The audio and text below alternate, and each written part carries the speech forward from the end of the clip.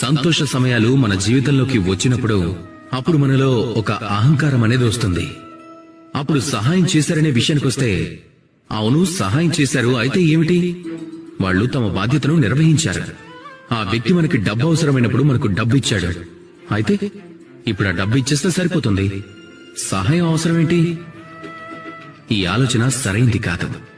ఒకవేళ ఎవరైనా వ్యక్తి ఎవరూ చేయనప్పుడు ఎంతో అవసరమైనప్పుడు అతడు మీకు సహాయం చేశాడు అంటే అది ఎంతో అమూల్యమైనది.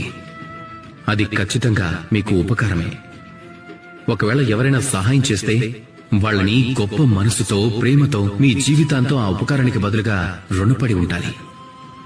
ఎందుకంటే నిజం చెప్పాలంటే ఈ సృష్టిలో సహాయం చేసే వ్యక్తులు చాలా తక్కువగా ఉన్నారు. అలాగే ఆ ఉపకారాన్ని గుర్తుపెట్టుకునే వాళ్ళు ఎంత వెతికినా ఇంకా తక్కువ ఉన్నారు. కాబట్టి జీవితంలో కృతజ్ఞతతో ఉండండి.